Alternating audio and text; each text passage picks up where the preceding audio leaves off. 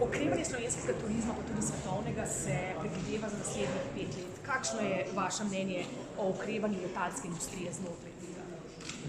Ja, kot rečeno, kot ste že povedali, bo kar nekaj časa trajalo. Mi nekako vidimo okrevanje letalskega prometa bližno po scenariju, da se bo najprej pobral turizem, letalski turizem.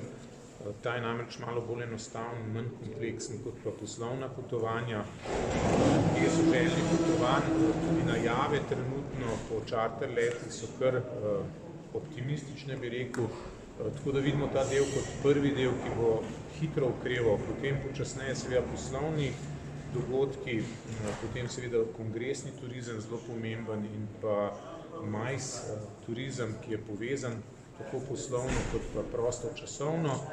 Ta pa verjetno nekaj časa ne bo, zato ker so se ljudje kot prvo navadili na tele digitalne komunikacije, drugo je verjetno stroškovno to problem, tretje verjetno prevozi ne bodo več tako poceni, kot so bili, tako da bo to nekaj časa trajalo. Ampak vseeno je naša ocena, da ja, turizem najprej, potem poslovni turizem, poslovna potovanja, da vseeno bo ta scenarij potekal, kot je bilo že povedano. Vse napovedi, vse institucije, ki se s tem ukvarjajo, napovedujejo približno isto 3 do 5 let na nivo 2019.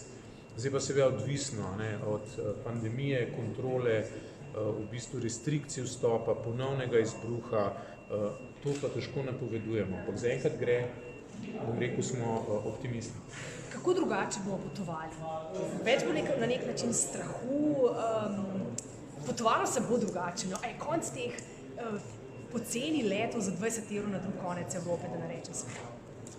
Ja, mnenje nizkocenovnih prevoznikov je ravno obratno in to verjetno temelji na temu, da ljudje so željni potovanj, ker so zdaj bili pač zaprti, tako rekoč, in da bo ta del morda šel najhitreje. Jaz osebno mislim, da potovanja tako poceni bodo bolj redka, kot so bila prej, in pa seveda dejstvo, da je precej letal na tleh, da je v bistvu škoda letalske in pa gostinske, turistične industrije tako velika, da že samo zagon tega aparata v stare tirnice bo terjal verjetno nekaj časa.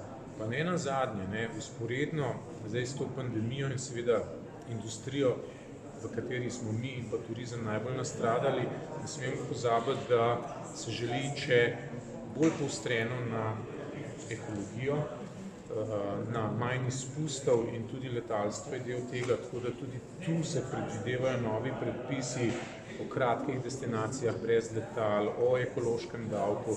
Tako da nas čakajo kar zahtevni časi, kar se letalstva tiče, vendar letalstvo je potrebno za ekonomijo svetovno, ne samo evropsko, tako da bo prišlo vendar verjetno v drugačnih oblikah. Kako se bodo premešale karte znotraj letalske industrije med temi velikimi igralci? Ja, zdaj, če opazujemo pa že v preteklosti ta konsolidacija letalskih prevoznikov iz majhnih, srednjih v velike, v Evropi imamo 3 velike skupine, ostaja, verjetno bo še naprej ostala, je precej tudi podprta strani držav, da sploh bodo lahko obstali. Tako da je moje mnenje, da se bo ta konsolidacija še povečala.